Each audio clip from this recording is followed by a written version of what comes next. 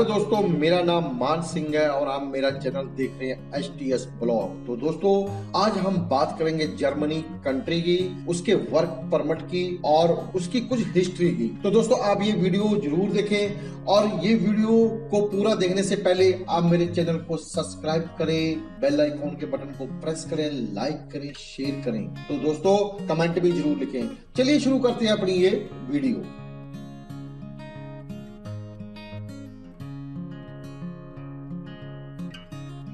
तो दोस्तों, आज हम बात करेंगे जर्मनी की। जर्मनी का जो ऑफिशियल नेम है वो है फेडरल रिपब्लिक ऑफ जर्मनी, जिसको हम शॉर्ट में बोलते हैं जर्मनी। और ये कंट्री सेंटर और वेस्ट यूरोप में बसी हुई एक कंट्री है। जर्मनी के जो बॉर्डर पर देश लगते हैं वो है डेनमार्क नॉर्थ में है, पोलैंड एंड चेक रिपब्लिक ईस्ट में है, ऑस्ट्रिया एंड स्विट्जरलैंड साउथ में है, जो फ्रांस कंट्री है वो है साउथ वेस्ट में, और बेल्जियम एंड नीदरलैंड इसके वेस्ट में है। जर्मनी के अंदर 16 स्टेट है। जर्मनी का जो एरिया है वो है 3,57,386 स्क्वायर किलोमीटर। जर्मनी की जो पॉपुलेशन है वो है 83 मिलियन और ये यूरोप में रशिया के बाद सेकंड नंबर पर आती है पॉपुलेशन के मामले में। जर्मनी की जो कैपिटल है वो है बर्लिन, इनकी राजधानी इसकी बर्लिन है और ये सबसे बड़ी सिटी है। फ्रैंकफर्ट में इसका फाइनेंशियल कैपिटल और कंट्री का सबसे बड़ा बिजी एयरपोर्ट और सबसे बड़ा एयरपोर्ट वहां पर स्थापित है। जर्मनी की जो ऑफिशियल लैंग्वेज है वो है जर्मन। जर्मनी की जो करेंसी है वो हो यूरो में।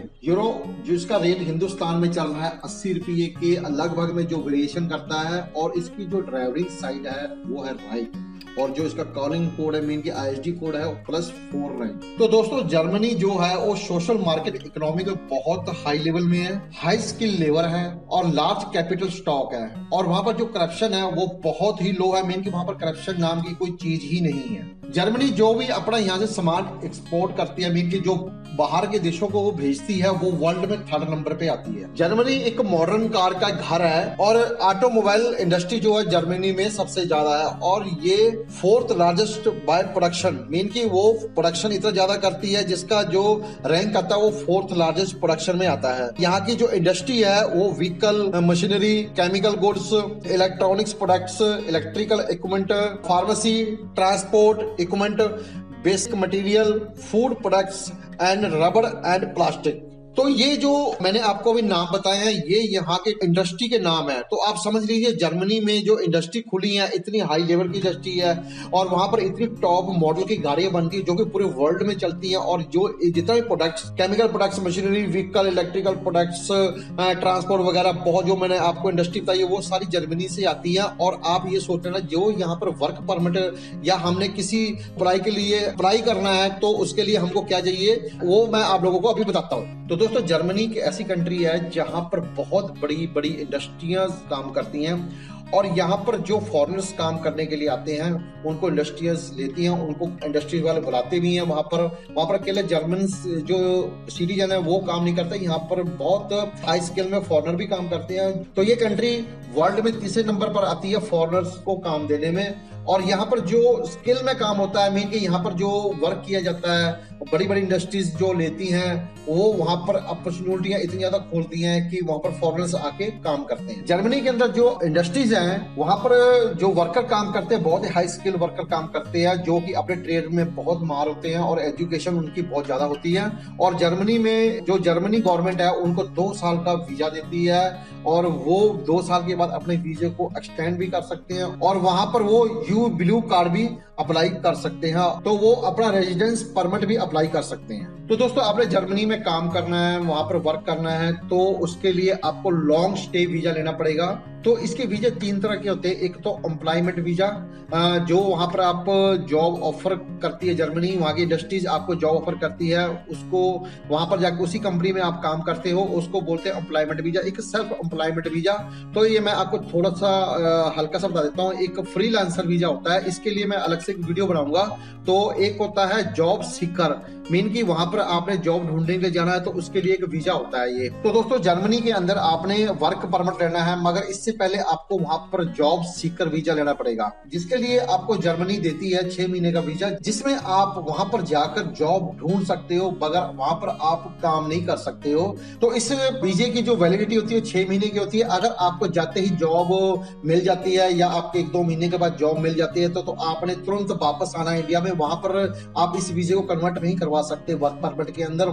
यहाँ पर आने के बाद कंपनी आपको वहां ऑफर लेटर देगी जिस पर आप लॉन्ग टर्म वीजा मिलेगा, मीन कि आपको वर्क परमिट मिलेगा, तो फिर आप दोबारा वहां पर वर्क परमिट पे जा सकते हो। सीकर वीजा के लिए एलिजिबिलिटी क्या होनी चाहिए वो मैं आपको बता रहा हूँ। उसके लिए बैचलर और मास्टर डिग्री होनी चाहिए, या तो आपने जर्मन यूनिवर्सिटी से की होनी चाहिए या फिर नॉन जर्मन यूनिवर्सिटी से की होनी चाहिए। उसमें आपका 5 साल का एक्सपीरियंस होना जरूरी है। जब आप सीकर वीजा के लिए अप्लाई करोगे तो उस टाइम आपने अपने फंड भी दिखाने हैं। वो फंड इसलिए दिखाने हैं क्योंकि आपने 6 महीने जर्मनी में रहना है, जॉब ढूंढनी, तो उसके खर्चे के लिए वो फंड आपको दिखाने पड़ेंगे। और आपका साथ में ट्रैवल और मेडिकल इंश्योरेंस होना जरूरी है। अभी हम बात करेंगे डॉक्यूमेंट ऑफ एप्लीकेशन, मीन की एप्लीकेशन के साथ आपने जो डॉक्यूमेंट्स लगाने हैं उसकी हम बात करेंगे। और सीकर वीजा के लिए जो नेक्स्ट स्टेप है वो है डॉक्यूमेंट्स के, और उसमें जो एप्लीकेशन लगेगी उसके जितने कॉलम है वो पूरे फुल फिल करने हैं आपने, और उसके साथ जितने डॉक्यूमेंट लगेंगे उसकी ओरिजिनल कॉपी साथ में होना आपके पास कंपल्सरी है। अगर वो उसके साथ मैच नहीं करेगी तो रिजेक्शन होने के पूरे चांस है। जर्मनी जॉब सीकर वीजा के लिए जो डॉक्यूमेंट है वो मैं आपको बता रहा हूँ, मैक्सिमम सभी को पता होता है इस डॉक्यूमेंट के बारे में। तो पहले नंबर पे आता है पासपोर्ट, मीन की जिसकी कम से कम 1 साल वैलिडिटी जरूरी है, और जितना भी पासपोर्ट की डाटा पेज है वो सारे ही आपने वहां पर स्कैन करने हैं। और 3 पासपोर्ट पिक्चर्स होनी चाहिए आपकी, जो 6 महीने पुरानी पिक्चर्स नहीं है, लेटेस्ट पिक्चर्स आपकी खींची हुई होनी चाहिए। आपने एक कवरिंग लेटर भी देना है वहां पर विजिट करने का और अपने एम्प्लॉयमेंट का। अगर आपको वहां पर जॉब नहीं मिलती है तो आगे आपका क्या करने का प्लान है, उसका कवरिंग लेटर होना बहुत जरूरी है। आपकी जो एकेडमिक क्वालिफिकेशन है उसके जो जितने भी डॉक्यूमेंट्स है आपने फॉर्म के साथ लगाने हैं। वो एकेडमिक क्वालिफिकेशन आपने चाहे जर्मनी में की हो चाहे आपने नॉन जर्मनी में की हो, और साथ में आपने वर्क एक्सपीरियंस का जो एक्सपीरियंस सर्टिफिकेट है वो भी बहुत जरूरी लगाना है। अगला जो पॉइंट आता है सीवी का, आपने अपने फॉर्म के साथ सीवी भी जरूरी लगाना है। जर्मनी के सीकर वीजे पर आप कैसे रहोगे वहां पर, तो उस प्रूफ भी देना बहुत जरूरी है। और फाइनेंशियल वहां पर जितना आपका खर्च होगा उसका भी प्रूफ देना बहुत जरूरी है। अगर आपका कोई भी जर्मनी में रहता है, मीन की आपका फ्रेंड या आपके परिवार में कोई रहता है, तो उसका स्पॉन्सर लेटर बहुत जरूरी है।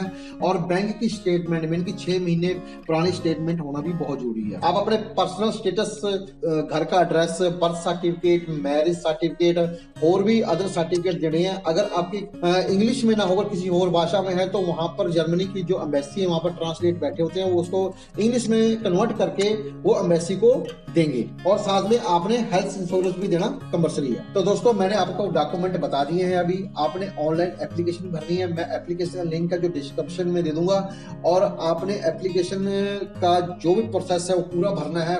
और उसके बाद जो फीस आगे आएगी वो सॉरी मेरे को पता नहीं है, मगर क्या है कि साथ साथ में वो आपको बताते रहेंगे।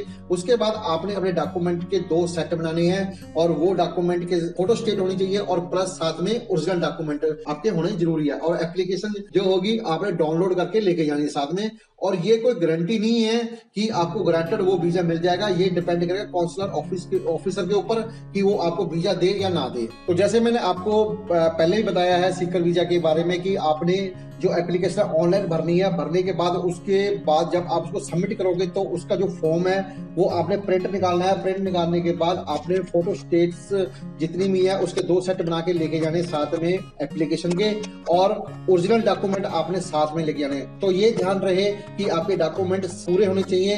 अगर आपको वीजा मिल जाता है, सीकर वीजा मिल जाता है, उससे पहले आपने वहां पर पूरी प्लानिंग बनानी है पहले दिन से लेकर लास्ट दिन तक, क्योंकि आपके माइंड में ये होना चाहिए कि जर्मनी के अंदर आप बहुत बड़े एम्प्लॉयर्स को मिलने जा रहे हो। मैं आपको दोबारा फिर बता रहा हूँ कि जर्मनी से अगर आपको जॉब सीकर वीजा मिल जाता है तो इस बात को नोट कर लेना कि आप वहां पर जॉब को ढूंढ सकते हो, बट वहां पर काम नहीं कर सकते। आप सिर्फ जॉब ढूंढना है और वहां पर वर्क नहीं करना। अगर पकड़े गए तो आपको डिपोर्ट कर दिए जाओगे, फिर दोबारा आप जर्मनी नहीं जा सकते। तो दोस्तों आप लोगों को मैंने बता दिया जॉब ढूंढने के लिए जो उससे पहले वीजा मिलता है सीकर वीजा, उसके बारे में मैंने आप लोगों को बता दिया है।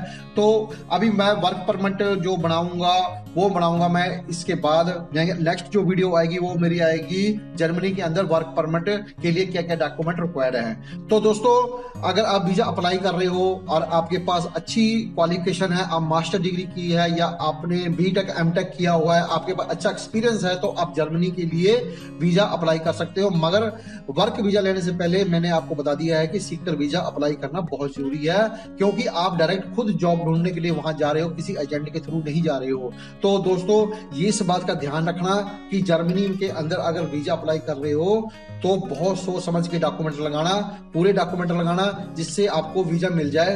मैं अभी जो नेक्स्ट मेरी वीडियो आएगी वो आएगी जर्मनी के वर्क परमिट के ऊपर। इस वीडियो को ज्यादा से ज्यादा शेयर करना। तो दोस्तों मैं अपनी ये वीडियो यहीं समाप्त करता हूं। तो मेरे चैनल को सब्सक्राइब करना, बेल आइकॉन के बटन को प्रेस करना, लाइक करना, शेयर करना और कमेंट में जरूर कमेंट लिखना। तो दोस्तों अभी मैं यहाँ पर वीडियो को समाप्त करते हुए आप लोगों से इजाजत लेता हूँ। तो मेरी तरफ से आप लोगों को प्यार भरी सत श्री अकाल, नमस्कार और जय हिंद।